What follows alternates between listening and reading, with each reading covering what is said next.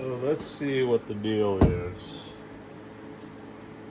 Here's the old pulley, and then here's the one I pulled from the junkyard.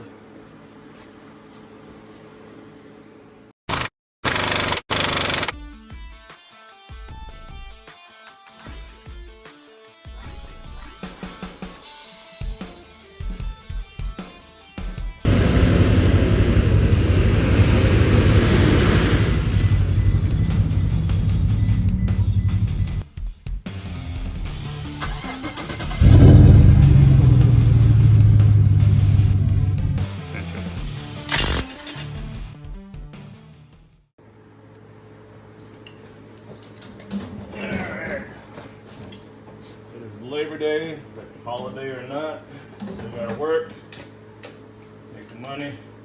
Got the brushless Bauer half-inch drive, and this is the EQ Pro flip sockets, but I'm not using the half sizes. We don't need to.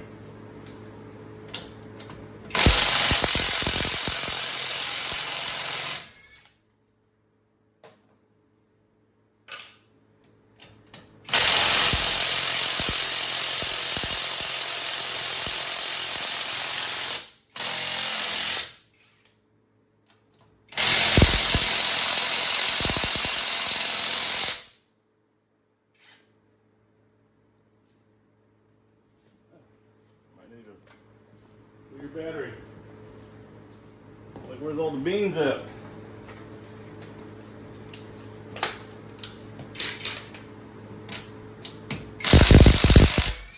we go. It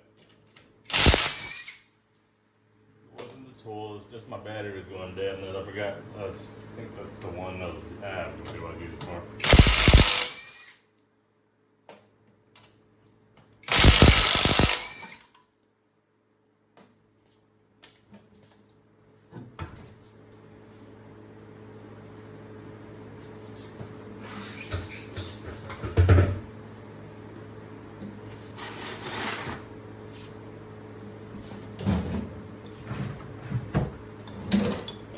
What are we doing today? We are going to pull the power steering pump off,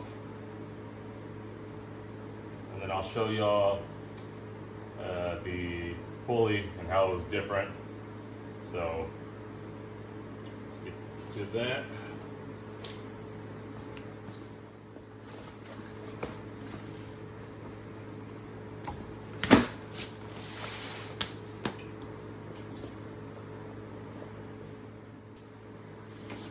Alright, these are probably my favorite lights. These are the Braun puck lights, or whatever you want to call them, floodlights.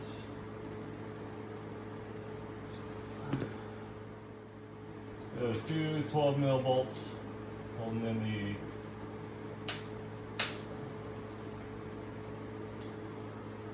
the power steering pump.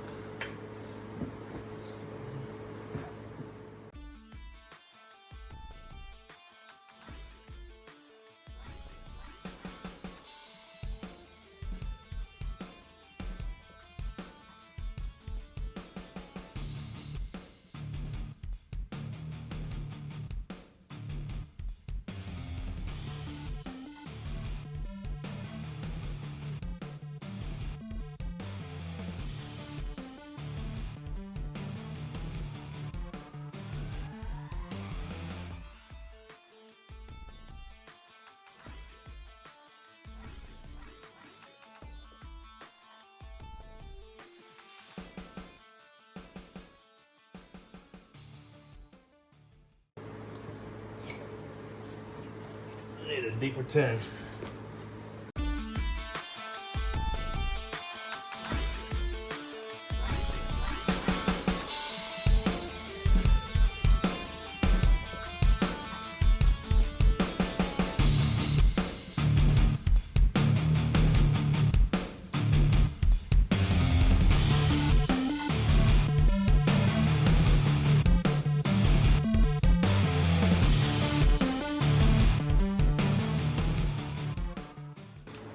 So right now, on that top 12mm bolt, I've got just enough room to get on there, obviously, but the ratchet head is now hitting that frame, So if I go back any further, it's gonna pretty much be back all the way into there and I won't be able to get that out. So I'm gonna throw a swivel socket on there.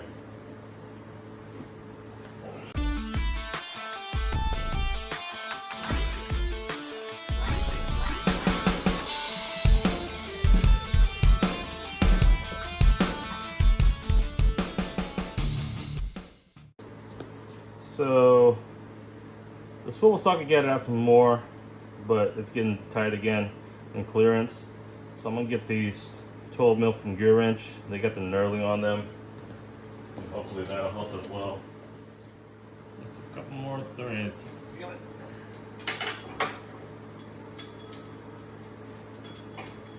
It's like a loose tooth, you know, just hanging on that one piece of gum, threaded gum, and or whatever the heck that is. It's a nerve or just, come on.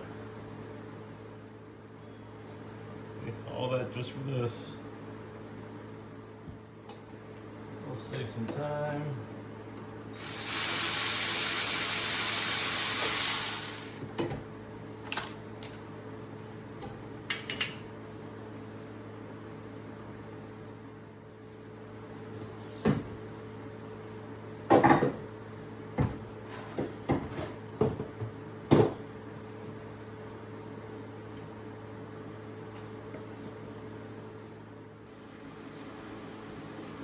So let's see what the deal is. Here's the old pulley.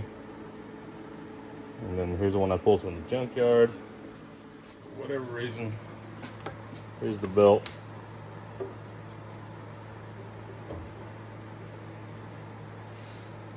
So you can see it was chewing it up.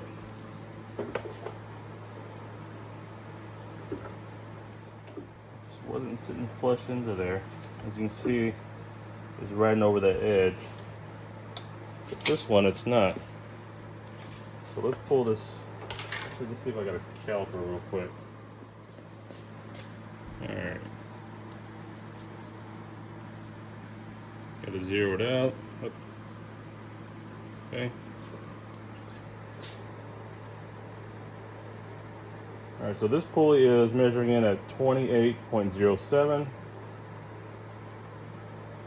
Zeroed out. This one's at 29.77 or 76. It's a whole, I would say, 1 millimeter and 3/4 off. That's a huge difference. So where they put this pulley from, I have no idea. So we're gonna get this, well, so the other day, off camera, what I did was I poured some power steering fluid into there and ran it and cycled it through. So overall, it is pretty clean again. We're gonna, my thought is, since this unit actually does look really good, and I don't hear anything,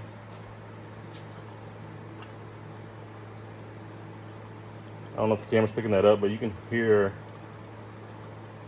it's not very smooth anymore in there. I'm probably just going to take this one itself and run this. So we'll get rid of this one altogether and save it. And then we're just going to run this OEM one. This one is aftermarket. So, and then I don't have to worry about this pulley either. This is the one I pulled from the junkyard, and this is the one that came off the car from when I bought it. So let's say we got 1, 2, 3, 4, 5, 6 ribs. 1, 2, 3, 4, 5, 6, 7 ribs on this one. Obviously, I don't know where this one came from, or if they replaced it or what. It looks pretty darn similar, but obviously it's not, and that's what was throwing the belt off and tearing it up. So when you're underneath the car and you've got the belt seated on there, it looks like it's on there, but it wasn't on there. So that's just one of the things that, I mean, in that corner where it's sitting at, there's not a lot of room, not a lot of space, so you can't really see it well. And then obviously in the darkness, it was, you know, I didn't see all the fact that it only held 6 ribs as opposed to 7 over here. And I just kept throwing belts on it, didn't know why. But when I went underneath there and felt it, it felt like the belt was sitting on there properly. So, but luckily my uncle had came by and stopped by, and he got underneath there while I turned the crank, and he was watching it, and that belt was just, as you were turning it, it would start riding on this right here, on this edge, and eventually that would throw it off, and you can hear it. Now this pulley itself, like I mentioned earlier, it's an aftermarket one. It was working fine, but you can, as you're turning it, you can hear it. So we're gonna go ahead and throw this one on there. I ran through some power steering fluid, some Honda power steering fluid, got to cycle through, got all that fluid out. So we're gonna fill this one back up, throw it on there, and flush the system out. I got some fluid on the way. I think I only have 2 bottles left right now, so I need to order some more. But we're gonna throw this one on there, and once that stuff comes in, and then we'll get this all running back together. I got a new belt coming too as well too. So at least that's one problem solved. Once that gets going, as far as for this vehicle, I'm gonna get I got the roof molding out. I'm gonna repaint that. It was starting to peel, so I'm gonna pull that off, peel it, repaint it, and then buff this car back out again and post it up for sale and get this one out of here. And then I'm pull the Corolla in.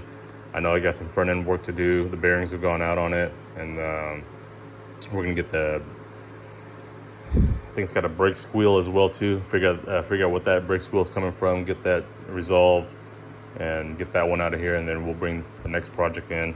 So, all right, guys.